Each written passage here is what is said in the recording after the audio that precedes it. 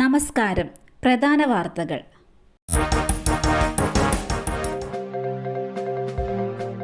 Delhi മദ്യനയ case. കെജ്രിവാളിന്റെ custody കാലാവധി വീണ്ടും നീട്ടി.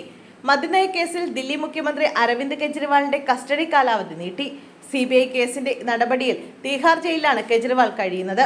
ഓഗസ്റ്റ് 8 വരെയാണ് അരവിന്ദ് കെജ്രിവാളിന്റെ കസ്റ്റഡി കാലാവധി നീട്ടിയത്. റൌസ് അവന്യൂ കോടതിയുടേതാണ് ഉത്തരവ്. മനീഷ് സിസോദിയുടെയും BRS നേതാവ് K കവിതയുടെയും കസ്റ്റഡി കാലാവധി നീട്ടിയിട്ടുണ്ട്. അതേസമയം സ്ഥിര ജാമ്യാപേക്ഷയിൽ അരവിന്ദ് കെജ്രിവാളിന്റെ വാദം സുപ്രീംകോടതി ജൂലൈ 29 കേൾക്കും.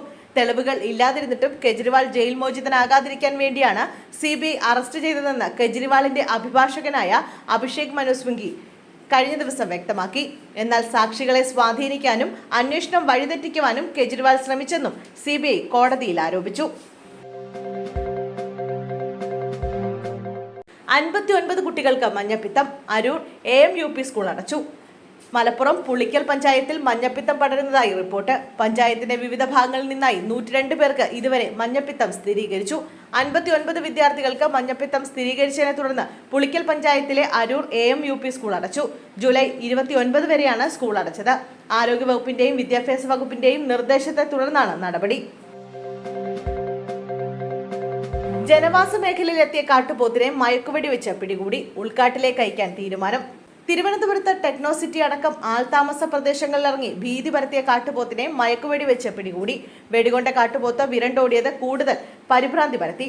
കാട്ടുപോത്തിനെ ഉൾക്കാട്ടിൽ തുറന്നുവിടാനാണ് തീരുമാനം. ഇന്നലെ രാത്രി സമീപവാസികൾ കണ്ട കാട്ടുപോത്തിനെ ഇന്ന് ഉച്ചയോടെയാണ് മയക്കുവെടി വെച്ച് പിടികൂടിയത്. പാലോട് വനമേഖലയിൽ നിന്ന് 12 കിലോമീറ്റർ അകലെയാണ് കാട്ടുപോത്തിനെ കണ്ടെത്തിയത്. വെടിയേറ്റതിന് പിന്നാലെ 5 കിലോമീറ്ററോളം വിരണ്ടോടി മരച്ചീനിത്തോട്ടത്തിലെത്തി മയങ്ങി വീണ കാട്ടുപോത്ത് 5 മിനിറ്റിന് ശേഷം വീണ്ടും എഴുന്നേറ്റ് രക്ഷപ്പെടാൻ ശ്രമം നടത്തി. ഇതോടെ വീണ്ടും മയക്കുവെടി വെക്കേണ്ടി വന്നു. തുടർന്ന് JCBയുടെ സഹായത്തോടെ കാട്ടുപോത്തിനെ ലോറിയിൽ കയറ്റി പാലോട് വനത്തിൽ കൊണ്ടുവിടാനാണ് തീരുമാനം. അർജുന്റെ കുടുംബത്തിന് നേരെയുണ്ടായ സൈബർ ആക്രമണത്തിൽ കേസെടുത്ത യുവജന കമ്മീഷൻ. കർണാടകയിൽ മണ്ണിടിച്ചിൽ കാണാതായ മലയാളി അർജുന്റെ കുടുംബാംഗങ്ങൾക്ക് നേരെയുണ്ടായ സൈബർ ആക്രമണത്തിൽ യുവജന കമ്മീഷൻ കേസെടുത്തു. സംഭവത്തിൽ അന്വേഷണം നടത്തി റിപ്പോർട്ട് നൽകാൻ കോഴിക്കോട്, തിരുവനന്തപുരം ജില്ലാ പോലീസ് മേധാവികൾക്ക് യുവജന കമ്മീഷൻ നിർദ്ദേശം നൽകി. സൈബർ ആക്രമണം നടത്തിയ Facebook, YouTube അക്കൗണ്ടുകൾ കണ്ടെത്തി നടപടി സ്വീകരിക്കാനും കമ്മീഷൻ നിർദ്ദേശം നൽകിയിട്ടുണ്ട്. രഞ്ജിത്ത് ഇസ്രായേലിനെതിരെ സൈബർ ആക്രമണത്തിലും കേസെടുത്തതായി യുവജന കമ്മീഷൻ അറിയിച്ചു.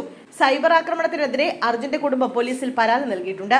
അർജുന് വേണ്ടിയുള്ള തെരച്ചിലിനായി സൈന്യം ഇറങ്ങിയ ദിവസം അമ്മ ഷീല വൈകാരികമായി നടത്തിയ പ്രതികരണത്തിലെ ഭാഗങ്ങൾ എഡിറ്റ് ചെയ്താണ് കുടുംബത്തിന് നേരെ ചില സൈബർ ആക്രമണം നടത്തിയത്. പാലക്കാട് സ്കൂൾ ബസ് ഇടിച്ച് UKG വിദ്യാർത്ഥിനിക്ക് ദാരുണാന്ത്യം. പാലക്കാട് മണ്ണാർക്കാട് സ്കൂൾ വാഹനം ഇടിച്ച് വിദ്യാർത്ഥിനി മരിച്ചു. നെല്ലിപ്പുഴ DHS ഇംഗ്ലീഷ് മീഡിയം സ്കൂളിലെ UKG വിദ്യാർത്ഥിനി ഹിബയാണ് മരിച്ചത്. ഇടിച്ച വാഹനത്തിൽ വീടിന് മുന്നിലെ സ്റ്റോപ്പിൽ വന്നിറങ്ങിയതായിരുന്നു ഹിബ.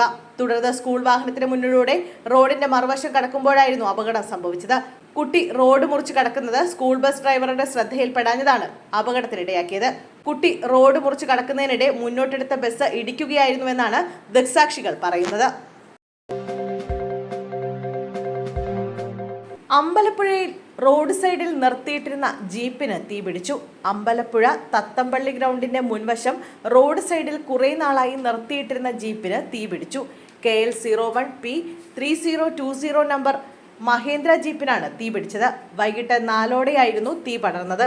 വാഹനത്തിനുള്ളിൽ പ്ലാസ്റ്റിക് വേസ്റ്റും ഒഴിഞ്ഞ മദ്യക്കുപ്പികളും ഉണ്ടായിരുന്നു. കുപ്പികളും പൊട്ടിത്തെറിച്ചു. അഗ്നിരക്ഷാ സേന എത്തി തീ അണച്ചു. വാഹനത്തിന്റെ ഉടമസ്ഥനെ ആർക്കും അറിയില്ല. പെരുമ്പാവൂരിൽ ലോറിയും ബൈക്കും കൂട്ടിയിടിച്ചു. 2 പേർക്ക് ദാരുണാന്ത്യം. പെരുമ്പാവൂരിൽ ലോറിയിൽ ബൈക്കിടിച്ച് 2 പേർ മരിച്ചു. ബൈക്ക് യാത്രക്കാരായ എറണാകുളം കലൂർ സ്വദേശി മുഹമ്മദ് ഇജാസ്, ചങ്ങനാശ്ശേരി സ്വദേശിനി ഫിയാണോ ജോസ് എന്നിവരാണ് മരിച്ചത്. ഇവർ സഞ്ചരിച്ചിരുന്ന ഡ്യൂക്ക് ബൈക്ക് എതിർഭാഗത്ത് നിന്ന് വന്ന ലോറിയിലേക്ക് ഇടിച്ചു കയറുകയായിരുന്നു. എറണാകുളം പെരുമ്പാവൂർ പുല്ലുവഴിയിലാണ് അപകടമുണ്ടായത്. സൗദിയിൽ സ്ത്രീയെ ശല്യപ്പെടുത്തിയ ഇന്ത്യൻ യുവാവ് അറസ്റ്റിൽ. സ്ത്രീയെ അപമാനിക്കുകയും ശല്യം ചെയ്യുകയും ചെയ്ത സംഭവത്തിൽ ഇന്ത്യൻ യുവാവ് പിടിയിലായി. സൗദി കിഴക്കൻ പ്രവിശ്യയിലെ അൽ ഹസയിൽ വെച്ച് അറസ്റ്റിലായ യുവാവിന്റെ പേര് ദിൽവർ ഹുസൈൻ ലാസ്കർ എന്നാണെന്ന് പൊതുസുരക്ഷാ വിഭാഗം വെളിപ്പെടുത്തുകയും ചെയ്തു. ഇയാൾ ഒരു യുവതിയെ ഉപദ്രവിച്ചു. പ്രതിയെ അനന്തര നടപടിക്കായി പബ്ലിക് പ്രോസിക്യൂഷന് കൈമാറിയതായും പോലീസ് അധികൃതർ അറിയിച്ചു. യന്ത്ര തകരാർ. കോഴിക്കോട്ടേക്ക് പുറപ്പെട്ട വിമാനത്തിന് എമർജൻസി ലാൻഡിംഗ്. ജിദ്ദയിൽ നിന്ന് കോഴിക്കോടേക്ക് പറന്ന സ്പൈസ് ജെറ്റ് വിമാനത്തിന് അടിയന്തര ലാൻഡിംഗ്. സ്പൈസ് ജെറ്റിന്റെ SG-35 വിമാനമാണ് 1.5 മണിക്കൂറിലേറെ പറന്ന ശേഷം തിരികെ ജിദ്ദയിൽ സുരക്ഷിതമായി ഇറക്കിയത്. യന്ത്ര തകരാറിനെ തുടർന്നാണ് വിമാനം നിലത്തിറക്കിയത്. യാത്രക്കാരെല്ലാം സുരക്ഷിതരാണെന്ന് അധികൃതർ അറിയിച്ചു. അർജുന് വേണ്ടിയുള്ള തെരച്ചിൽ നീളും. പുഴയിലിറങ്ങാൻ സാഹചര്യമില്ലെന്ന് സൈന്യം. ഷിരൂരിൽ കാണാതായ അർജുന് വേണ്ടിയുള്ള തെരച്ചിൽ നീളാൻ സാധ്യത. കാലാവസ്ഥ അനുകൂലമാകും വരെ കാത്തിരിക്കണമെന്ന് ഉത്തര കന്നഡ ജില്ലാ കളക്ടർ ലക്ഷ്മിപ്രിയ. നാവികർക്ക് സുരക്ഷിതമായി നദിയിലിറങ്ങാനുള്ള സാഹചര്യം ഉണ്ടാകണം. ഒഴുക്ക് 2 നോട്ടിൽ കൂടുതലാണെങ്കിൽ ഡൈവർമാർക്ക് ഇറങ്ങാനാകില്ല.